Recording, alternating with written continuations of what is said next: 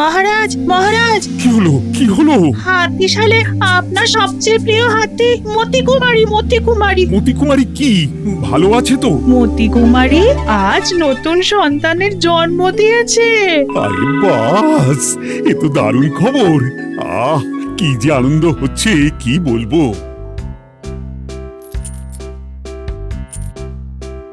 ধন্যবাদ মহারাজ, ধন্যবাদ। তোমরা সবাই মিষ্টি খাও, আচ্ছা মহারাজ। আর যাওয়ার পথে রাজবাড়ির পাচককে বলে দাও আজ রাজসভাসদদের জন্য রান্না করতে। ঠিক আছে মহারাজ।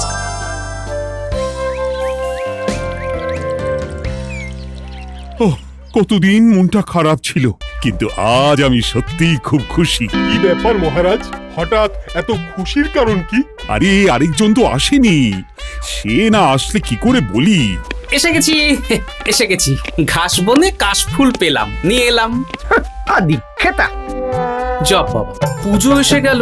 এতক্ষণে তো মনে হয় মা দুর্গা স্বর্গ থেকে সিংহের পিঠে চড়ে মর্তের উদ্দেশ্যে রওনা দিয়ে দিয়েছেন। এবছর দেবী দুর্গার গজে আগমন। এই তো মনের আনন্দটা আরো বেড়ে গেল। মহারাজ, আনন্দের কারণটা কি? আমার সবচেয়ে প্রিয় হাতি মতিকুমারী সন্তানের জন্ম দিয়েছে। বাহ বাহ, আমাদের রাজ্যে নতুন গজের আগমন হয়ে গেল। এই আনন্দে হয়ে যাক ভুরি ভোজ। সেই সব কিছু বলা আছে।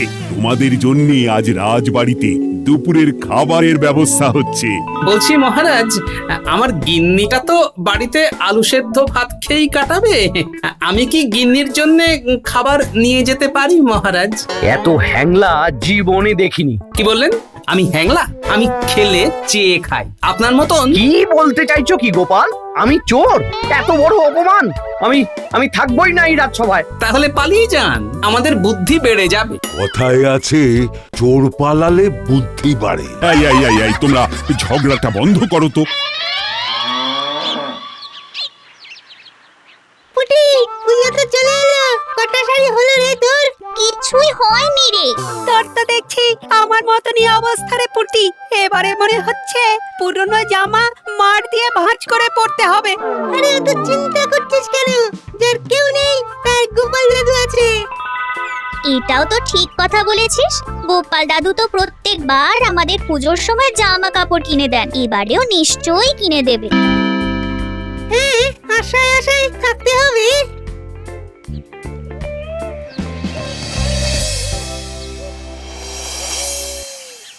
দেখেছো, মানুষটার কোনো হুঁশ জ্ঞান নেই।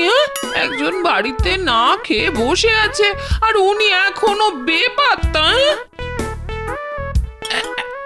না না না না, আমি কি করে একা একা খেয়ে নেবো? এ হয় না। খাসা হয়েছে পোলাওটা। আহ, শুধু কি পোলাও, আলুর দমেরও কোনো তুলনা নেই। রাজবাড়ির রান্না বলে কথা, কোনো তুলনা হবে না। লজ্জা করে খাবে না কিন্তু, যা লাগবে চেয়ে নেবে। তাহলে এক কাজ করুন মহারাজ, আমাকে একটু বাটিতে করেও দিয়ে দিন, বাড়ি নিয়ে যাব। আহ, ওরকম ভাবে বলার কি আছে। আমি বৌমার জন্য খাবার নিয়ে যাবার ব্যবস্থা করে দিচ্ছি। ধন্যবাদ মহারাজ। এখন বাড়ির জন্যও নিয়ে যাচ্ছে। হ্যাঁ, আপনার না হয় গিন্নির জন্য তেমন দরদ নেই। আগামীকাল রাজসভায় কিন্তু কেউ দেরি করে আসবে না। কালকে সবাইকে পুজোর ভাতা দেওয়া হবে। এতক্ষণ খেয়ে রে পেট চওড়া হচ্ছিল, এবার তো আনন্দে আমার বুকটাও চওড়া হয়ে গেল।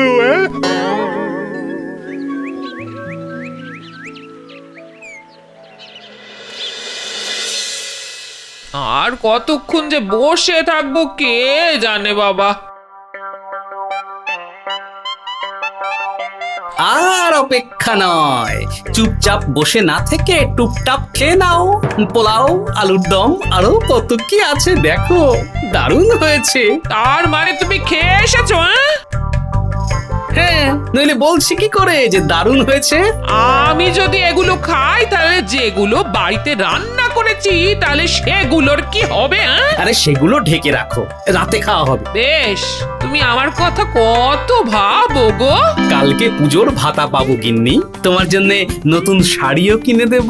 শুধু আমার জন্য নাকি? আমাদের মেয়ে, জামাই, ছেলে। হ্যাঁ, তা তো কিনতেই হবে। আমার মায়ের কথাটা ভুলে যেও না যেন। এবারে একটা গরদের শাড়ি দেবো, কেমন? আর তুমি নিজের জন্য কি নেবে ভেবেছো? হ্যাঁ? ভেবেছি একটা পাঞ্জাবি বানাতে দেবো, বুঝলে? ও দেখি আজ বিকেলে ওই দর্জি দাদার কাছে যাব।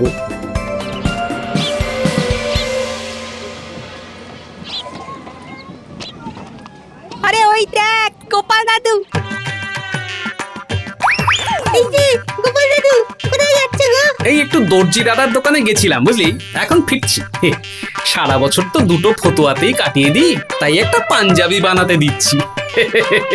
দাদু বাহ, নিজের বেলা আন্টি ছুটি আর আমাদের বেলা দাঁত কপাটি। এরকম বলছিস কেন বলতো? তুমি বুঝতে পারছো না দাদু, পুজো চলে এলো, কদিন পরে তো মহালয়া। আর পুজোর আগে আমাদের ওপর তোমার একটা কর্তব্য থাকে, তাই না? হ্যাঁ, সেসব তো মনে আছে। কালকে মহারাজের কাছ থেকে অর্থ পাবো, তারপর দোকানে যাব, তারপর তো তোরা পাবি। কিন্তু তুমি যে পাঞ্জাবি বানাতে দিলে। আরে আমি কি পাঞ্জাবি বানানোর মজুরি দিয়ে দিয়েছি নাকি? আগে হাতে পাবো, তারপর মজুরি দেব। তাহলে ঠিক আছে, এবার তাহলে তুমি বাড়ি যেতে পারো।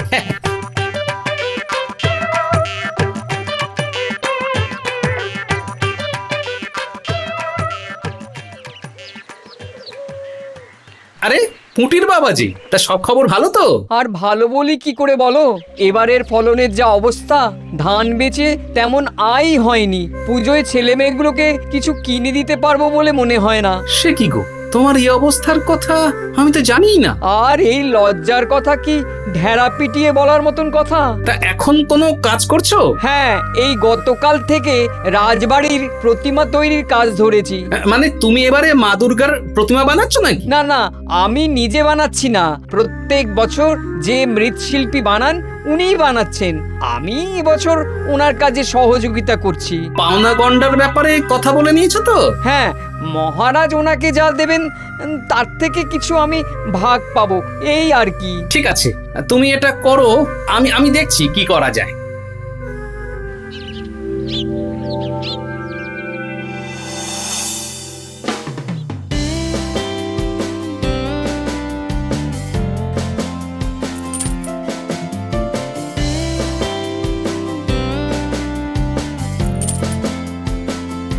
গোপাল চলে এসো।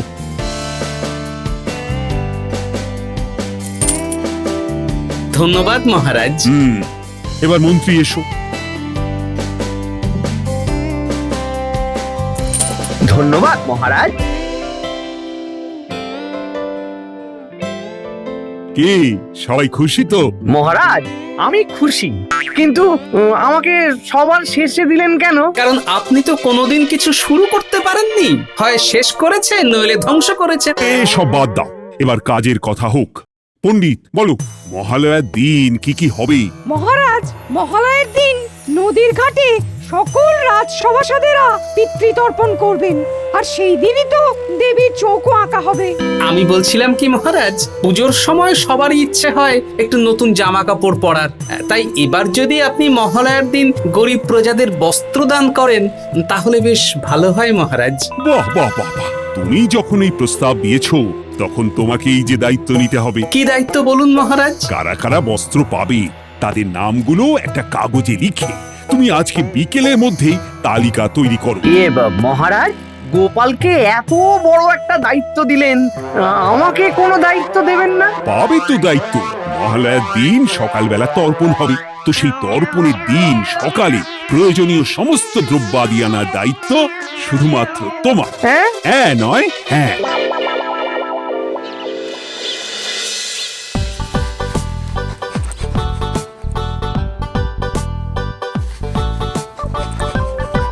বলি তুমি সেই রাজবাড়ি থেকে ফেরার পর থেকে কি হিজিবিজি লিখে চলেছো বলো তো?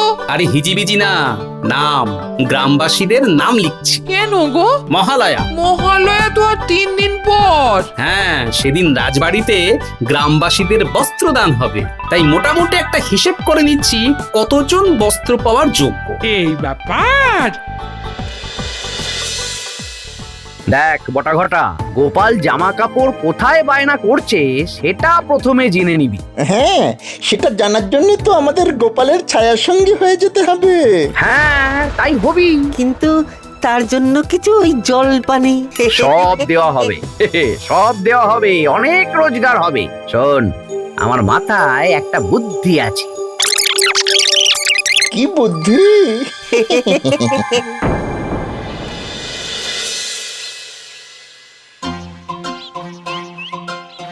দাদু চলে এসেছি, চলো কেনাকাটা হবে। আমি এখন রাজবাড়িতে যাচ্ছি, মহারাজের সাথে আলোচনা আছে। তোরা বরং দিদার সাথে চলে যা, বুঝলি? দিদাকে সব বলা আছে। ঠিক আছে দাদু। ও আরেকটা কথা ছিল। কি কথা? আমাদের পণ্ডিত মশাই আগামীকাল একটা পরীক্ষা নেবেন। তাতে মহালয়া সম্পর্কে আমরা কে কি জানি সেই নিয়ে জিজ্ঞেস করবেন। তাই তোমার কাছে গল্প শুনবো। বেশ, আমি সব কাজ সেরে ফিরি, আজ রাতে আমার কাছে আসবি, গল্প শোনাবো। মোট 170 জন। হ্যাঁ মহারাজ। তা তুমি এত তাড়াতাড়ি এই হিসেবটা কি করে করলে? হ্যাঁ, সেই জন্যই তো আমার নাম গোপাল ভাঁড় মহারাজ।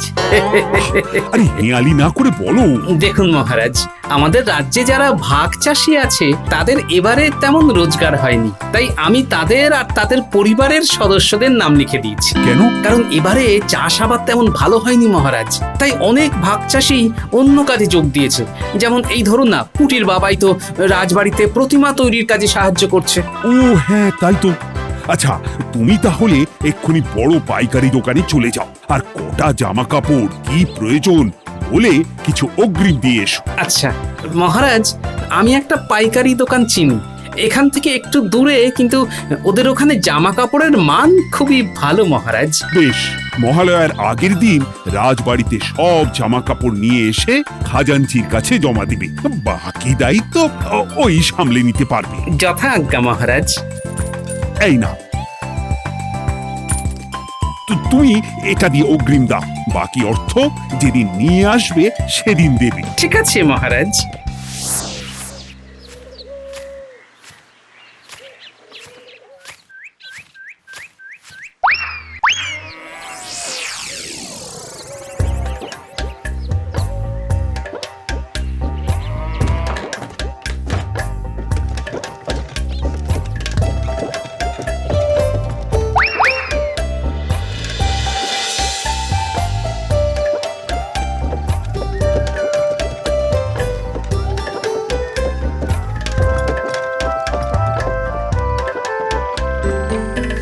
এই যে বেশ কিছু লাল শাড়ি এসেছে চুমকি দিয়ে কাজ করা, এই দেখো। বাহ, বেশ সুন্দর তো। দেবো নাকি? হ্যাঁ দিও তাহলে। আর ধুতিগুলোর পাটটা মোটা দেবে, বুঝলে? মোটা পাড়ের ধুতিগুলো গুদামে আছে, আপনার কি এক্ষুনি সব লাগবে? না না, দুদিন পরে হলেও হবে। তাহলে আপনি কবে সব নেবেন বলুন? আমি মহালয়ার আগের দিন বিকেল বেলা আসবো, সব একসাথে নিয়ে যাব।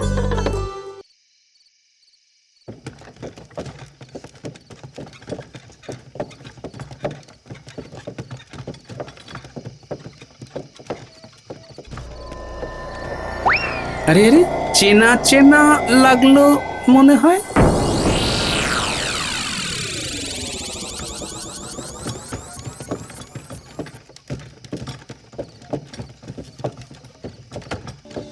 এবারে জানতে হবে গোপাল কবে জামা কাপড়গুলো নিয়ে যাবে, সেদিনই আসল মজা। চল কায়দা করে ওই দোকানির কাছ থেকে জেনে আসি।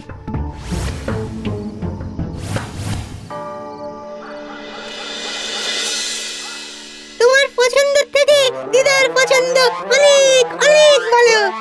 বেশ, বুঝলাম। তা তোরা খুশি তো? খুব খুশি। আরো খুশি হবি, মানে এবারে দ্বিগুণ খুশি হবি, কারণ রাজবাড়ি থেকে মহালয়ার দিন দুপুর বেলায় তোরা আবার জামা কাপড় পাবি। কি মজা! কিন্তু আমি তো কাল মায়ের সঙ্গে মামার বাড়ি যাচ্ছি, ফিরতে ফিরতে মহালয়ার দিন বিকেল হয়ে যাবে। তাতে কি আছে, তোরটা তোর বাবার হাতে দিয়ে দেওয়া হবে। ও, এবার তাহলে আমাদের মহালয়ার গল্পটা বলো।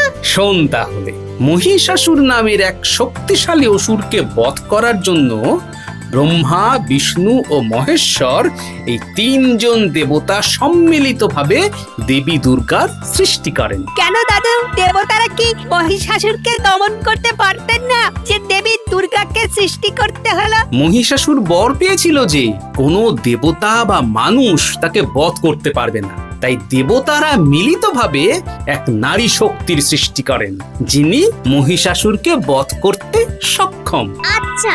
মহালয়ার দিন দেবী দুর্গা মর্তে আবির্ভূত হন। এবং এই দিন থেকেই দেবী পক্ষের সূচনা হয়। দাদু ওই বাবা বলছিল তর্পণ করবে, সেটা কি জন্যে? শোন, মহালয়ার দিনটি পিতৃপুরুষদের উদ্দেশ্যে তর্পণ করা হয়, যা পূর্বপুরুষদের আত্মার শান্তি কামনায় করা হয়। নদী পাড়ে দাঁড়িয়ে পিতৃপুরুষকে জল দান, অর্ঘ্য দান করা হয়। কত কিছু জানো তুমি দাদু। আর শোন, মহালয়ার দিন দেবী পক্ষের সূচনা হয় বলে এই দিনেই প্রতিমার চক্ষু আঁকা শুরু হয়, যা দেবীর মূর্তিতে প্রাণ সঞ্চার করে। আর এক সপ্তাহ পরেই তো পুজো। ঢ্যাঙ্কুড়াকুর ঢ্যাঙ্কুড়াকুর ঢ্যাঙ্কুড়াকুর।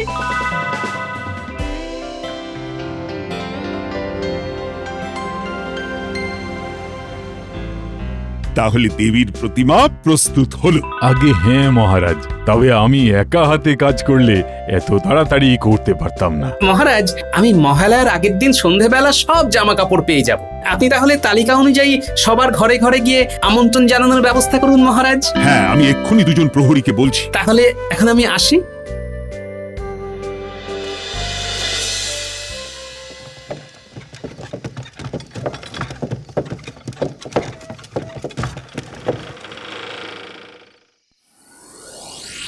ও গোপাল দাদা, রাস্তা তো বন্ধ গো। হ্যাঁ, বড় বড় গাছের গুঁড়ি পড়ে আছে, তোমাকে একটু সাহায্য করতে হবে। নিশ্চয়ই, আমি নামছি।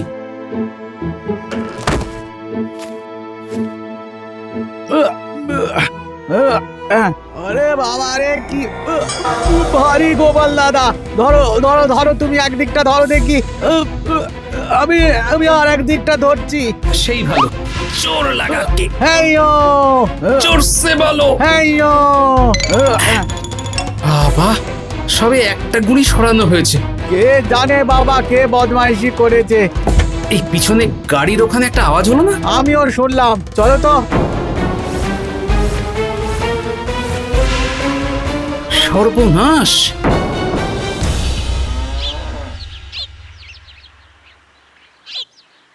ছি ছি গোপাল, তোমার জন্য লজ্জায় আমার মাথা কাটা যাচ্ছে। মহারাজ, আমি বুঝতে পারিনি। যখন দায়িত্ব সামলাতে পারো না, তখন দায়িত্ব নাও কি করতে?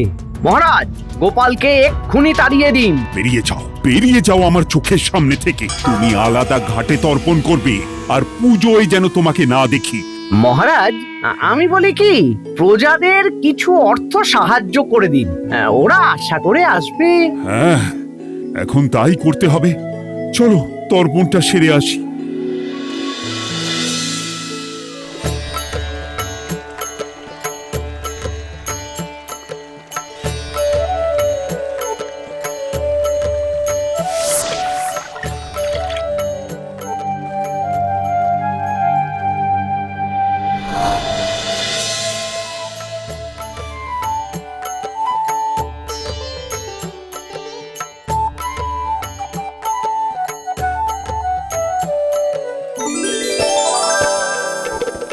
দেবীর চক্ষুদান সম্পন্ন হলো। বেশ, আজকে দুপুরে এখানেই তো বস্ত্রদানের কথা ছিল, কিন্তু অনিবার্য কারণবশত সকলকে অর্থ দান করা হবে।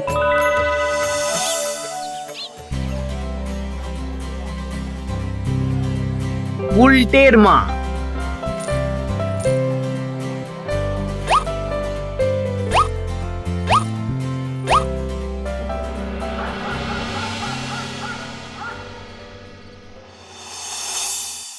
আমি কি অপরাধ করেছে বলো তো গিন্নি? আমার মনে হয় নির্ঘাত তোমাকে ফাঁসানো হয়েছে। হ্যাঁ দাদু দাদু দাদু, এই দেখো আমার নতুন শাড়ি মামা দিয়েছে। আরে আরে, এই শাড়ি তুই কোথায় পেলি? জানো না, আমার মামার তো জামা কাপড়ের দোকান। তাই? হ্যাঁ, তাই তো তোমাকে দেখাতে এলাম। তোর মামার বাড়ি কোথায় রে? দক্ষিণপুর গ্রামে। কিন্তু কেন? আমার সাথে এক্ষুনি তোকে তোর মামার বাড়ি যেতে হবে, এক্ষুনি। কেন? কোনো কথা না, তুমি পুটির বাড়িতে বলে দিও ও আমার সাথে আছে। কি বলছো? কৃষ্ণনগরের মন্ত্রী? হ্যাঁ, ওনার সাথেই তো 3 দিনের আগে কথা হয়েছিল। উনি গতকাল রাতে এই সস্তায় বেশ ভালো মানের জামা কাপড় আমার কাছে বিক্রি করেছেন। উনি নিজে এসেছিলেন? না, উনি নিজে আসেননি, তবে দুজন লোক, কি ঘট্টু না কি যেন, বটা ঘটা। হ্যাঁ হ্যাঁ হ্যাঁ, এই বটা ঘটা, হ্যাঁ ঠিক ঠিক। আচ্ছা, এই কথা তুমি মহারাজের সামনে বলতে পারবে? হ্যাঁ, কেন পারবো না। চলো তাহলে আমার সাথে। মানে কি বলছোটা কি? হ্যাঁ মহারাজ, ওই জামা কাপড় মিলিয়ে 170টা বিক্রি করেছে। দেখলেন তো মহারাজ, আমি নির্দোষ। আমি মন্ত্রীকে ছাড়বো না, এটাকে উচিত শিক্ষা দেব। আর সাথে ওই বটা ঘটাকেও। 117, 118। আর পারছি না। আর পারছি না বললে তো হবে না। মহালয়া থেকে শুরু হয়েছে, এই উঠবোস বিজয়া দশমী অবধি চলবে। আমি মরে যাব। অশুভ শক্তির বিনাশ হবে।